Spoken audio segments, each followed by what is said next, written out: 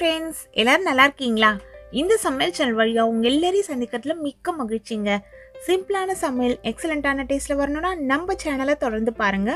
உங்களோட கருத்துக்களை கமெண்ட் செக்ஷன்ல போஸ்ட் பண்ண மறக்காதீங்க. வாங்க கிச்சனுக்கு போகலாம். சுவையா ஆரோக்கியமா சமைக்கலாம்.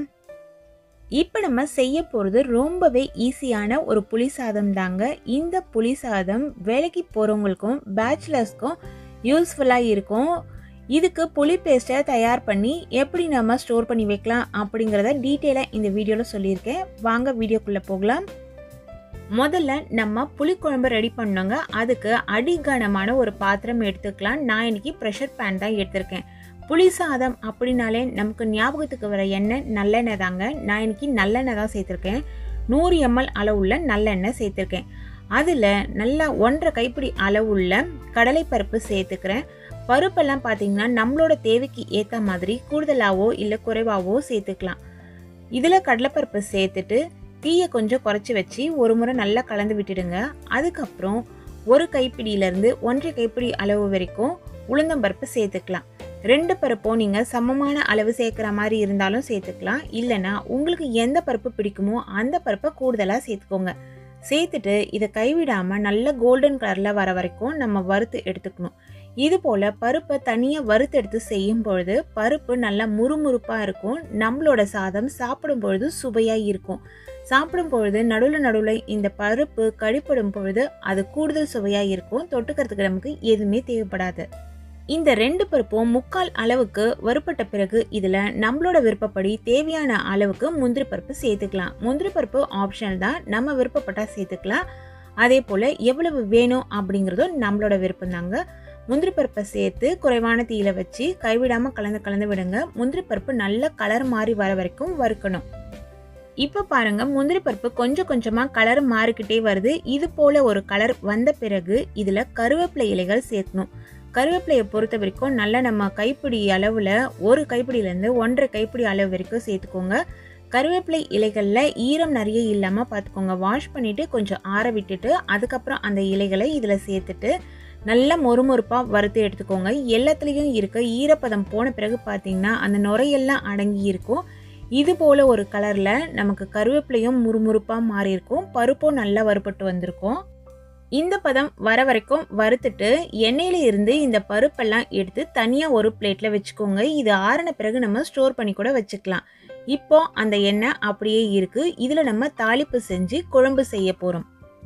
அந்த எண்ணெயிலேயே தேவையான அளவு எண்ணெய் நம்ம சேர்த்துட்டோம். இந்த எண்ணெயும் சேர்ந்து நல்லா சூடேறட்டும். நல்லா சூடேறின பிறகு 1 டேபிள் ஸ்பூன் அளவுள்ள கடுகு தாளிச்சிக்கலாம்.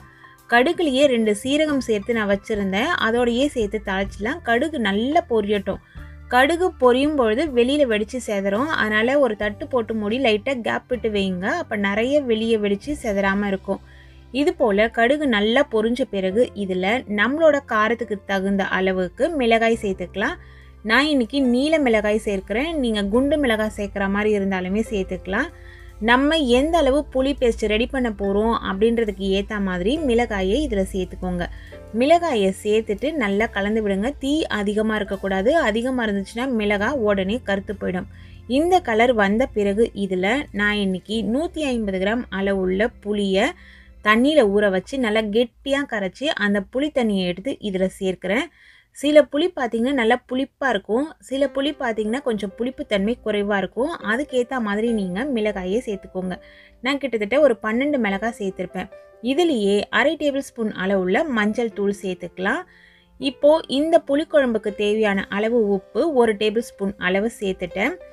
இப்போ இதில் பார்த்தீங்கன்னா இந்த மிளகாயோட காரம் இந்த புளிக்குழம்புல நல்லாவே இறங்கணும். அதனால் தீயை கொஞ்சம் அதிகப்படுத்தி வச்சு இது நல்லா சுருங்குற வரைக்கும் நம்ம வெயிட் பண்ணோம். மிதமான தீயில வச்சு நல்லா கலந்து விட்டு மேலே ஒரு தட்டு போட்டு மூடி இதை மீடியம் ஃப்ளேமில் அப்படியே வச்சுருங்க. புளி சாதத்துக்கு நீங்கள் புளி குழம்பு ரெடி பண்ணுறீங்கன்னா நீங்கள் எடுக்கிற புளி நல்ல பழைய புளியாக இருக்கட்டும். புது புளி எடுத்திங்கன்னா இது போல் டார்க் கலரில் கிடைக்காது. பழைய புளி தான் உடம்புக்கும் நல்லது, கலரும் நமக்கு டார்க்காக கிடைக்கும். அதனால தான் இப்போ இதில் கொஞ்சம் தண்ணியாகவும் இருக்குது. அதனால் இன்னும் கொஞ்சம் இது சுருங்குற வரைக்கும் நம்ம வெயிட் பண்ணணும்.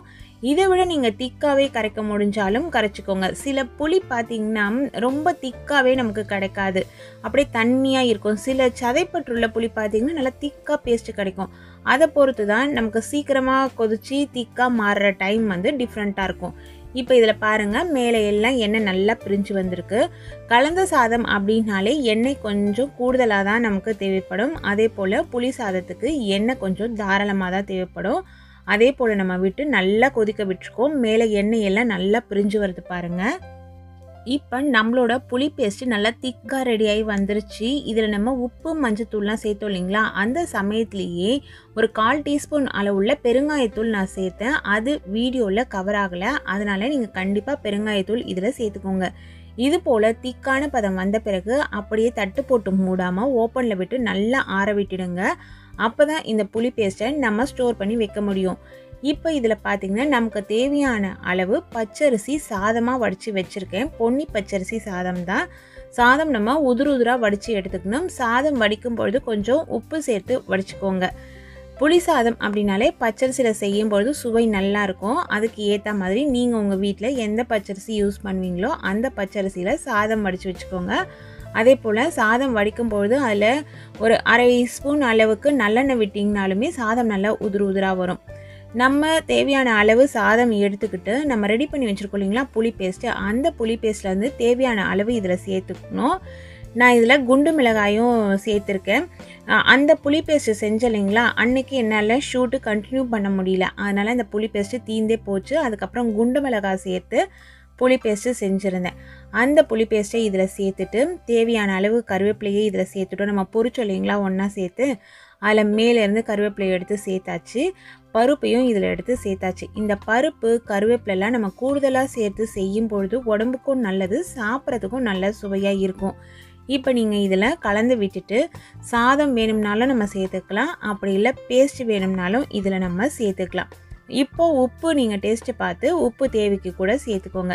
ஏன்னா சாதத்துலேயும் உப்பு போட்டிருக்கோம், புளிக்குழம்புலையும் உப்பு போட்டிருக்கோம். தேவைன்னா உப்பு நீங்கள் இதில் சேர்த்துக்கலாம். இதே போல் நல்லா கலந்து விட்டிங்கன்னா இந்த நல்லெண்ணெயோடு சேர்ந்து சூப்பராக இந்த சாதம் கலந்து வரும்.